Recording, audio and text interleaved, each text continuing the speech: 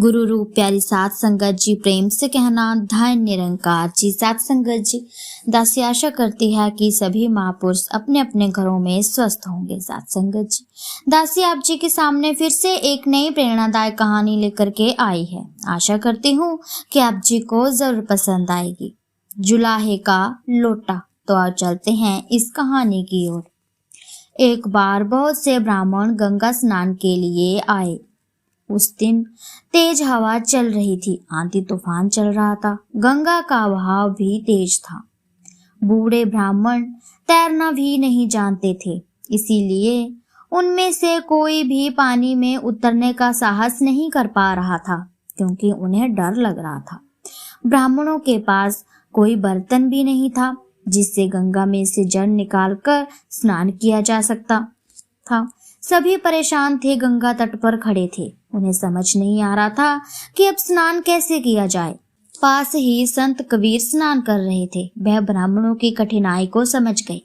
वह अपने साथ लोटा लाए हुए थे। उन्होंने अपने लोटे को साफ किया और फिर वह लोटा अपने एक सेवक को देते हुए बोले, यह लोटा जाकर उन ब्राह्मणों को दे दीजिए ताकि वे सब स्नान कर सकें। सेवक लोटा लेकर ब्राह्मणों के पास पहुंचा। ब्राह्मणों ने लोटा लेने से पहले यह जानना चाहा कि उस लोटे का मालिक कौन है। जब सेवक ने बताया कि लोटा संत कबीर का है, तो उन्होंने लोटा लेने से इनकार कर दिया।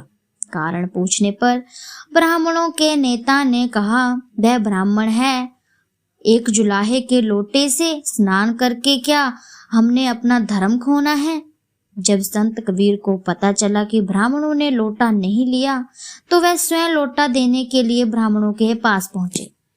वहां जाकर उन्होंने कहा, महाराज, आपने लोटा क्यों नहीं लिया। ब्राह्मणों में से एक ने जवाब दिया, क्योंकि हम ब्राह्मण हैं, इसीलिए हम एक जुलाहे का अपवित्र लोटा प्रयोग नहीं कर सकते। संत कबीर ने शांतिपूर्वक कहा, महाराज, मैंने यह लोटा अभी रेत से मांजा है। मांजने के बाद इसे गंगा में धोया है। अब तो यह पवित्र हो गया होगा, अब तो यह अपवित्र नहीं है। एक ब्राह्मण ने मजाक से कहा, गंगा जल से धोने से जुलाहे का लोटा ब्राह्मण का लोटा तो नहीं बन जाएगा ना। संत कबीर ने हंसकर जवाब दिया, यदि गंगा मैया जुलाहे के लोटे को पवित्रता प्रदान नहीं कर सकती, तो यह पापियों के पाप कैसे धोती होगी। यदि बुराइयों से भरा हुआ मन गंगा स्नान से पवित्र हो जाता, तो फिर मज्जाने और गंगा जल से धोने के बाद लोटा कैसे अपवित्र रह सकता है। यदि गंगा जल के स्पर्श के बाद भी जुलाहे का लोटा अपवित्र ही रहता है, तो गंगा स्नान के से आपका मन भी पवित्र नहीं हो सकता। हमें अपने कृत्यों और अपनी मान्यताओं का विश्लेषण करना होगा, उनमें सामंजस्य स्थापित करना होगा, अन्यथा हम उपहास का कारण ही बनते रहेंगे। सात संगत जी, दासी की कहानी आप जी को अच्छी लगी हो तो चैनल को लाइक, शेयर, कमेंट जरूर कीजिएगा। यदि आप चैनल पर नए हैं तो चैनल को सब्सक्राइब करना मत भूलिएगा और बेल आइकन का बटन दबाना भी ना भूलिएगा। ऐसी ही छोटी छोटी प्रेरणादायक कहानियां दासी आप जी के सामने लेकर के आती रहेगी। तब तक के लिए सात संगत जी, धन निरंकार जी।